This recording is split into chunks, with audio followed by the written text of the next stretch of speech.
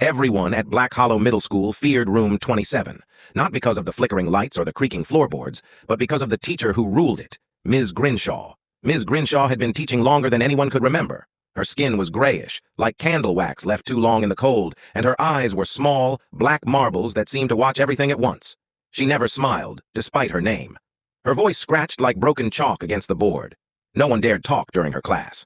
If you did, she'd call you to the front, place a bony hand on your shoulder, and whisper something in your ear. You'd return to your seat pale and silent. Sometimes, you wouldn't return at all. Rumor said she'd been at Black Hollow since it opened, 50 years ago. But she still looked the same in every old yearbook photo, always in the same dark dress, her eyes never blinking in the pictures. Eli, a 7th grader with more curiosity than sense, decided to find out the truth. One afternoon, he snuck back into the school after hours with a flashlight and his phone. He waited outside room 27. The halls were silent, except for the occasional groan of old pipes. At exactly 6:06 p.m., he heard the door creak open.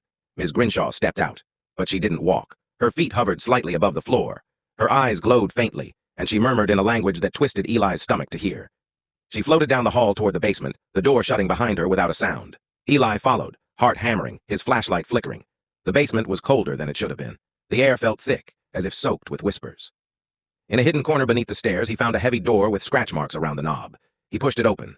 Inside were desks, tiny old-fashioned ones, and students, dozens of them. But they weren't moving. They sat frozen, wide-eyed, their mouths open in silent screams. Dust covered their bodies, but their eyes glistened as if still alive. Then he saw it, an old chalkboard covered in names. One of them was his classmate Mallory. She'd moved away last month. Others he recognized from photos of missing students pinned on the school's front board. Behind him, the door slammed shut. "Curiosity is dangerous," came the hiss from the shadows. Ms. Grinshaw emerged, her hands now clawed, her mouth stretching far too wide. "But don't worry, Eli. You'll be very still soon." He screamed, but no one heard.